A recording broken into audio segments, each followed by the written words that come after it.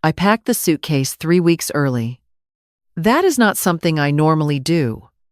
Normally, I am the woman who throws things into a bag the night before and hopes for the best.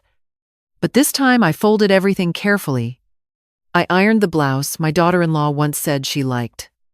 I wrapped the gifts in paper with little gold stars on it.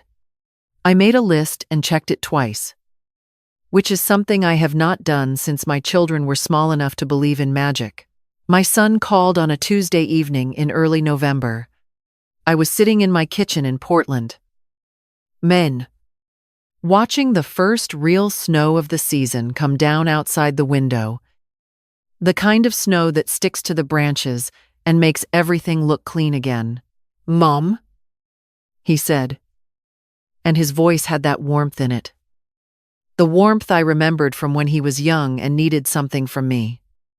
"We've been talking, me and Diane, and we want you to come for Christmas this year. Actually come. Stay with us. The kids are asking about you." I did not say yes right away. "I want you to know that I'm not someone who jumps." I said, "Let me think about it." He laughed a little. "Mom, it's Christmas. What is there to think about?" I looked out at the snow. I thought about the last 2 Christmases. The first one I spent with my neighbor Ruth Ann, who is 81 and makes a ham that is too salty, but means it with her whole heart. The second one I spent alone, which was fine. I told myself it was fine. I made a small roast and watched an old film and went to bed at 9 o'clock, and if I cried a little before I fell asleep, that was between me and the ceiling. "Okay," I said. "Okay. I'll come." "Yes." I could hear him smiling. "The kids are going to lose their minds. Grandma's coming for Christmas." My son Daniel lives in Scottsdale, Arizona. He has lived there for 11 years. He moved for a job that became a career, that became a life I mostly hear about through photos on my phone. His wife Diane is a woman I have spent maybe 30 total days with since their wedding. She is not unkind. She is not warm either. She exists in my son's life, the way weather exists, constantly present. Occasionally noticed. They have 2 children. My granddaughter Lily is 9. My grandson Cooper is 6. I know their birthdays and their favorite colors and the names of their stuffed animals because Daniel tells me these things in the short phone calls we have every few weeks. The ones that last 11 minutes and end with him saying, "Okay, Mom. I gotta run." I booked the flight in November, direct from Portland to Phoenix, arriving December 23rd at 4 in the afternoon. I paid a little extra for the seat with more legroom because my left knee has been unhappy since the summer. I sent Daniel my arrival details, and he replied with a thumbs-up emoji, which I have learned to accept as a form of communication. I bought Lily a jewelry-making kit with tiny silver beads and real clasps. I bought Cooper a wooden marble run that took me 45 minutes to find because he had mentioned it exactly once in a video call in October, and I had written it down.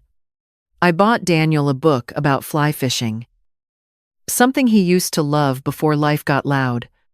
I bought Diane a cashmere scarf the color of sage, because Diane is the kind of woman who appreciates things that are the color of sage.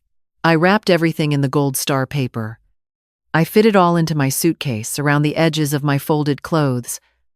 I told my friend Carol at book club that I was going for Christmas. She said, "Oh, Melanie, that's wonderful." She said it the way you say something wonderful when you are also a little relieved for someone. Carol knows about the last 2 Christmases. On December 22nd, I could not sleep. I lay in bed, listening to the wind off the ocean. That particular Maine wind that gets into the walls and makes the house talk to itself. I was not anxious exactly. I was something more like cautious. The way you feel before you step onto ice that you think will hold you but cannot be certain. I took a car to the airport the next morning. My flight was on time. I sat in my window seat and watched Portland disappear beneath the clouds, and I thought about Cooper's face when he saw the marble run, and Lily's face when she opened the beads, and I let myself feel the thing I had been careful not to feel too much of. I let myself feel excited. The flight was 4 hours and 20 minutes. I read half a novel and ate a small bag of pretzels and declined the offer of a second bag of pretzels and thought about nothing much. When the pilot announced our descent into Phoenix, I looked out the window at all that brown and tan and red, so different from the gray and white I had left behind.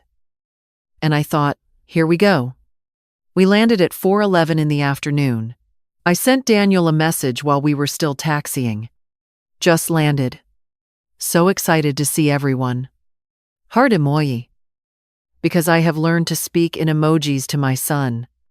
I watched the 3 dots appear. Then disappear. Then nothing. I told myself he was driving. You are not supposed to be on your phone while you are driving. And Daniel is responsible about things like that. I gathered my bag from the overhead compartment. I thanked the flight attendant. I walked up the jet bridge with the particular feeling of someone walking toward something good. I got through the terminal. I took the escalator down to baggage claim. I collected my suitcase. The one with the gold star paper wrapped gifts tucked carefully inside. I stood near the exit doors and I waited. At 30 minutes. I sent another message. Here at baggage claim whenever you're ready. No rush. The automatic doors opened and closed. People were collected by people who were happy to see them.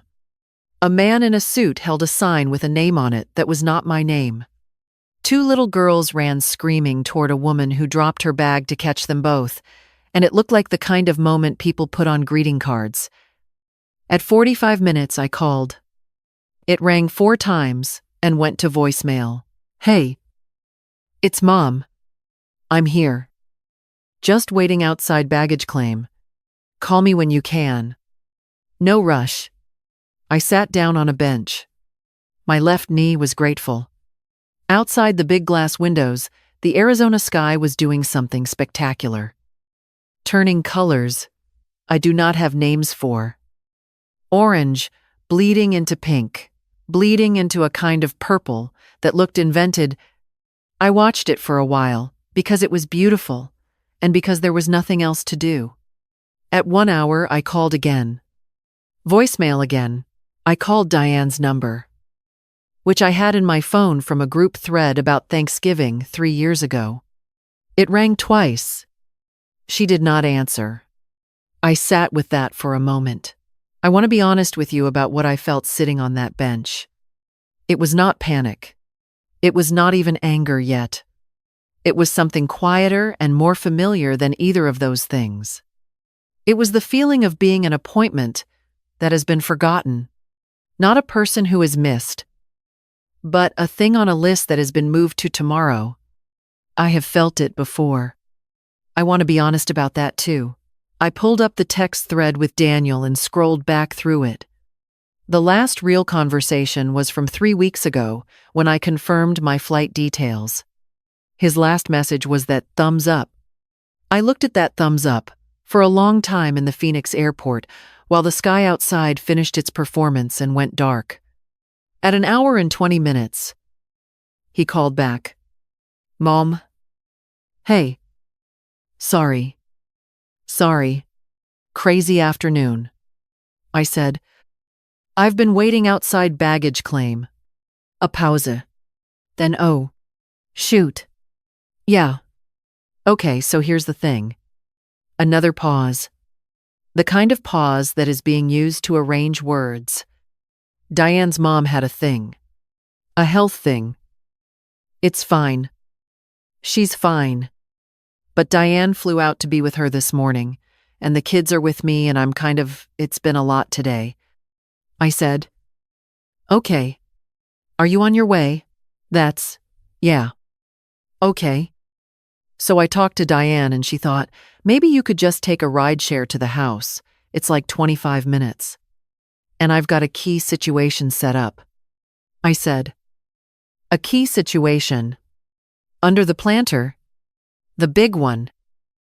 To the left of the front door. You can't miss it. The door code for the alarm is Cooper's birthday. Month and year.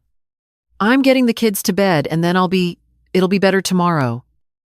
Mom, tonight's it's fine. I said, I'll get a ride share. I do not know why I said it was fine. I suppose because I have had a great deal of practice saying that the ride share was 27 minutes. My driver was a quiet man named Greg, who had a pine tree air freshener and a podcast playing low that I did not ask him to turn off. I watched the Arizona suburbs go past in the dark. All those single-story homes with their careful landscaping and their warm-lit windows. Everyone inside doing their Christmas Eve things. Wrapping gifts. Watching movies. Being somewhere they were expected. The house was nice. I want to give Daniel that. It was a large, pale stucco home with a terracotta roof and a very well-maintained front garden with one large ceramic planter to the left of the front door. I lifted the planter's edge and found the key exactly where he said it would be. I punched in the code. The alarm beeped twice and went quiet. I turned on the lights in the entryway. The house smelled like a candle. Something with cedar and clove. Christmas decorations. Tasteful and matching. All in cream and gold. A tree in the living room. 9 feet tall. With ornaments that looked like they had been arranged by a professional. Which I suspect they had. Stockings on the mantel with the children's names on them in gold script. No stocking with my name. I did not expect a stocking. I want to be clear about that. I know I am a guest. I found the room that had been prepared for me. It was at the end of the hall. Past the children's rooms. A clean guest room with a gray duvet and matching gray curtains and a little folded towel on the bed with a hand soap resting on top of it. The kind of hotel gesture that is meant to feel welcoming and somehow does the opposite. There was no note. There was no card. There was a small wicker basket on the dresser with some toiletries in it that still had the shrink wrap on from the store. I sat on the edge of the bed in my good travel clothes, the ones I had chosen carefully. And I sat there for a while in the quiet house and I thought, okay. Tomorrow will be different. Tomorrow the kids will come bouncing in, and Cooper will see the marble run, and Lily will hold up the little silver beads, and Daniel will come back from wherever he has retreated to, and we will be, for a few days, something like a family. I made myself a cup of tea with the things in the kitchen. I read the rest of my novel. I went to sleep, Christmas Eve. I woke at 7. The house was quiet. I showered and dressed and went to the kitchen and found coffee already made, which meant Daniel had been up. I heard cartoon sounds from the living room, and when I walked in, there were Cooper and Lily on the sectional sofa in their pajamas. Each wrapped in a separate blanket. Each looking at a separate screen. They looked up when I walked in. "Hi," said Lily. "Hi, Grandma," said Cooper, and then looked back at his tablet. I said good morning to them both, and kissed the tops of their heads, and Lily submitted to this, and Cooper leaned away slightly. They are children. I am a person they see once a year. Maybe twice. I am not their grandmother in any real daily sense. I am a woman who sends birthday cards and appears occasionally at holidays. I found Daniel in the backyard on his phone. He held up a finger when he saw me. 1 minute. I stood on the back porch in the Arizona December warmth, which felt nothing like December to me. And I looked at his swimming pool and his built-in grill and his life that had grown up around him. And I waited for him to finish. "Sorry," he said, putting the phone down. "Work thing. Even now." "You know," I said. "How's Diane's mother?" He waved a hand. "She's okay. It was a thing with her blood pressure. They just wanted to keep her overnight. Diane's going to try to get back tonight or tomorrow morning. He said it the way you say something you are not sure about. So it might just be us today. Me and you and the kids. That sounds nice. I said. He looked at me then. Really looked. Yeah. He said. More quietly. Yeah. It does. And for a moment I saw my boy. The one who used to bring me rocks he found interesting. The one who cried when we had to put the dog down and was embarrassed about crying, and I held him anyway. He was in there. My son. He was just living at some depth I could not always reach. We had a decent Christmas Eve. I will give it that. We made cookies with the kids. The sugar kind with the colored frosting. And Cooper got more frosting on himself than on the cookies. And Lily was extremely precise and methodical about her decorating in a way that made me think she will either be a surgeon or an architect. Daniel made chili for dinner. A recipe I recognized because it had been mine first. The kids went to bed at 8. Daniel and I sat at the kitchen island with glasses of wine. I'm glad you came. Mom? He said. I thought about the airport. About the bench. About the key under the planter. I'm glad I came too. I said. And I meant part of it. He went to bed at 10 saying he had to be up early for the kids. I sat alone at the kitchen island for a while in the quiet, expensive house with the gold and cream Christmas decorations, and I tried to feel grateful. I found enough of it to work with. Christmas morning, Diane came back. She arrived at 7:15 with a rolling carry-on and an energy that I can only describe as managed.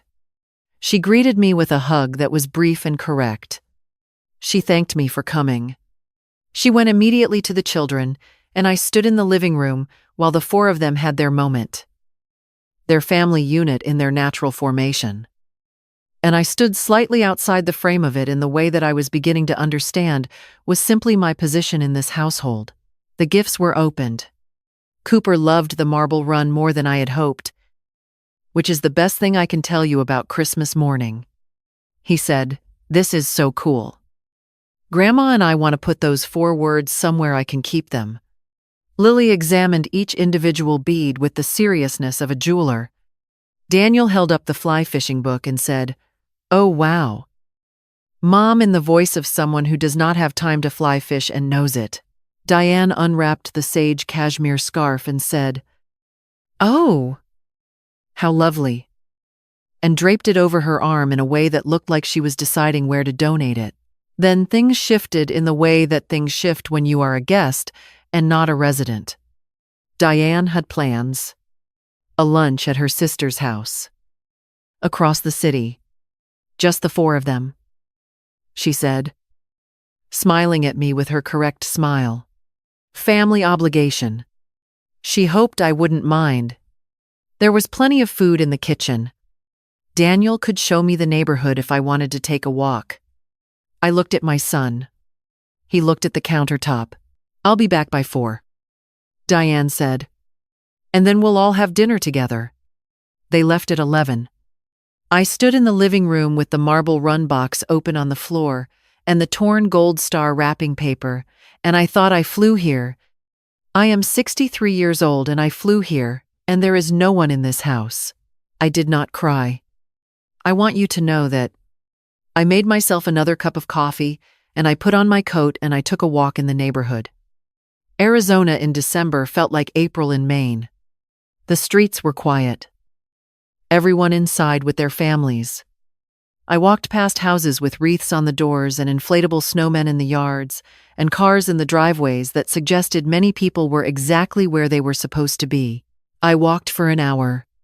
When I came back, I sat in the guest room and called my friend Carol. "How is it?" she asked. I thought about how to answer that. "The kids are sweet," I said. Carol knows me for 30 years. She heard everything I did not say. "Oh, Melanie," she said. "I'm fine," I said. You don't have to be fine with me. So I wasn't. I talked to Carol for 40 minutes, and she said all the right things. The things that a 30-year friendship earns you the right to say. She said, "You deserve so much more than this." She said, "You are the most generous person I know, and it kills me." She said, "When you get home, we are going to Francine's, and I am buying you the good pasta." I felt better after. Not good. Better. Diane and Daniel came back at 4:30. They were different together than they had been in the morning. Softer. Whatever tension had existed between them having been eased by time with her family, I watched them move around the kitchen side by side. Diane pulling out ingredients. Daniel uncorking wine. The children running between their legs. And I sat on the bar stool and I played the role of the visiting grandmother, and I played it well. Dinner was fine. It was genuinely fine. We talked about Portland and about the kids' school and about a trip they were planning to Costa Rica in the spring, which I was not invited on, but was being told about, which I suppose is its own kind of inclusion. That night in the guest room, I lay awake for a long time. I thought about who I had been when my children were young. The mother I was present in every possible way a mother can be present. I went to every concert, every game. I made the costumes and the birthday cakes, and I sat on the floor of the bathroom during the bad flu nights, and I held hands in the waiting rooms, and I drove, and I cooked, and I worried, and I loved them with everything a person can love with. And I thought, what did I think this would look like? Did I think it would always come back to me?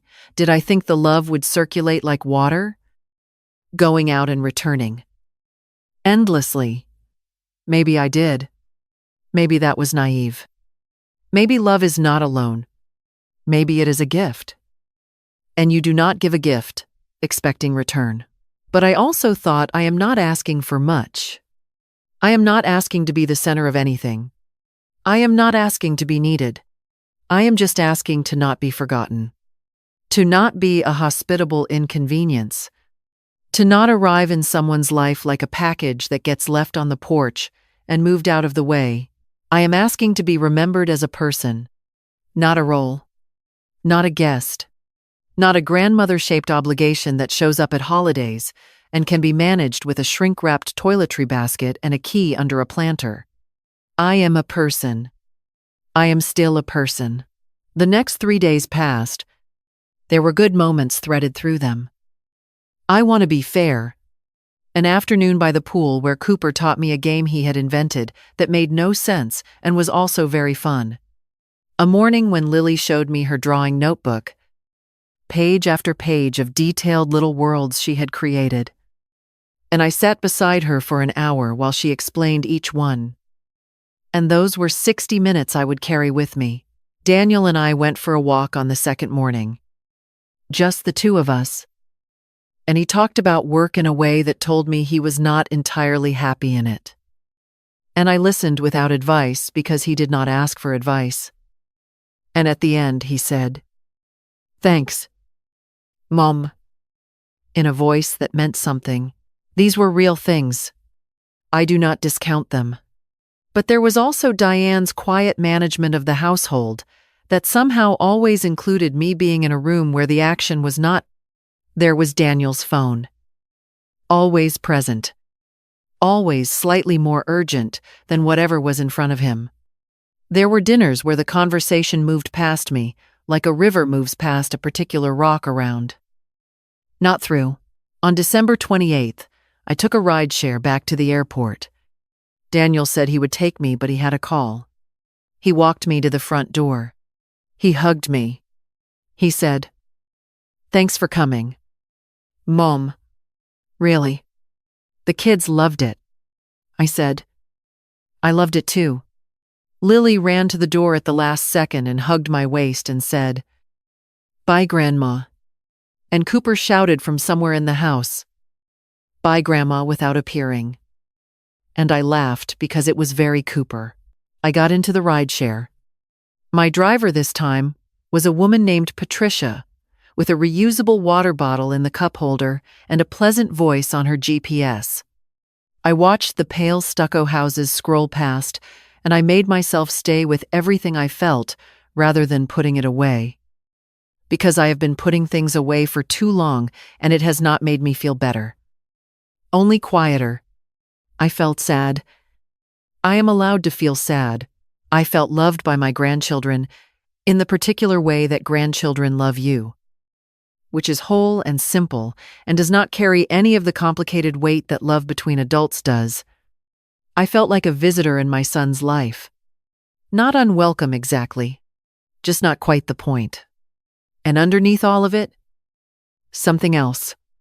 Something that was not sad exactly. Something that was more like clear.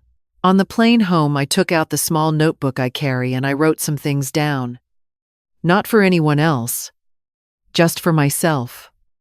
Things I had been thinking in the guest room in the dark. I wrote, I have been waiting for my children to come back to me. And they are not coming back. Not the way I imagined it. They have built their lives, and those lives have their own gravity, and I am outside the pull of them. This is not abandonment. This is just how it went. I wrote, I can keep waiting. I can keep flying to places where I will be managed and accommodated and briefly loved and then handed back to a rideshare driver. Or I can decide that the rest of my life belongs to me. I wrote, I am 63. I am not old. I am not done. I am not a chapter that has ended. I am a woman who still has things she wants to do, and places she wants to go, and people she wants to know. And I have been so focused on the family I raised that I forgot to keep building the life I wanted. I looked out the window at the country passing below. All those small squares of farmland and highway, and the silver threads of rivers. All of it so large. All of it still there. I thought about the things I have put off. The trip to Scotland that my friend Carol and I have been talking about for 10 years. The painting class at the community center that I walked past every week and told myself I was too busy for, though I do not know what I am too busy with. The woman from my gym named Rosie who has asked me twice to come to her book club. A different book club than the one I go to. One that meets on Friday nights and sounds like it drinks more wine than it reads books. Which honestly appeals to me. I have been arranging myself around an absence. Around the hope of something that kept not coming.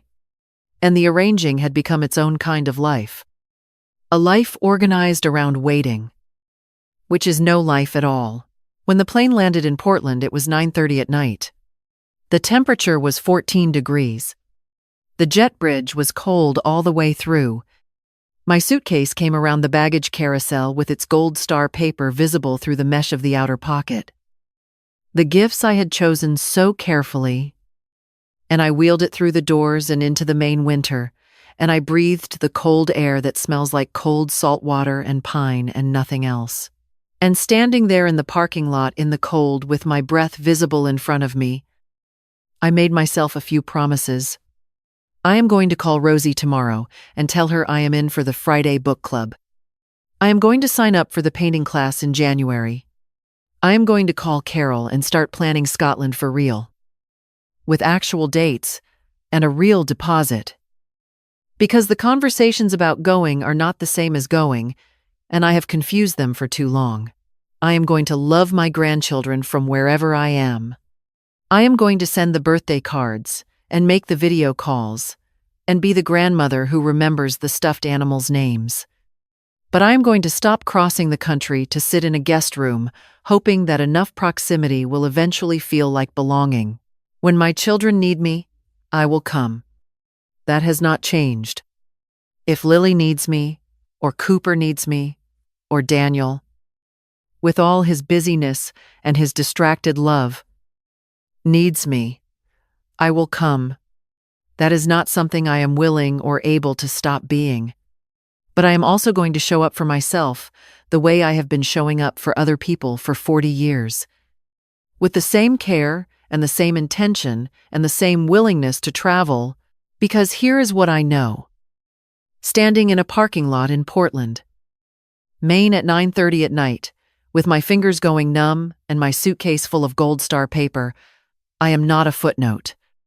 I am not the person in the story who exists to teach the main characters something about what they are missing. I am the main character. I have been the main character all along, and I just kept handing the narrative to other people and waiting to be written back in. That is over now. I called a cab. It came in 4 minutes. My driver's name was Al, a retired teacher who had driven evenings for 6 years because he liked having somewhere to go. We talked the whole way home about the novel he was reading. A big Russian thing, he said, was defeating him, but he was going to finish it on principle. I laughed at the way he described it. He laughed, too. When I got home, I turned on every light in the house, put the kettle on, unpacked my suitcase, hung my good blouse back up, set the Gold Star wrapping paper by the recycling, put the kettle on, fed the bird I am watching for Ruth Ann, a small green parakeet named Walter, who told me 3 times that I was home. I know, I told Walter. I know. I sat at my own kitchen table, in my own warm house in the city where I was born, with the snow coming down outside the window again. The clean kind. The kind that sticks to the branches. And I drank my tea. And for the first time in a while, I did not feel like I was waiting for something. I felt like I was exactly where I was supposed to be. And tomorrow, I am going to call Rosie.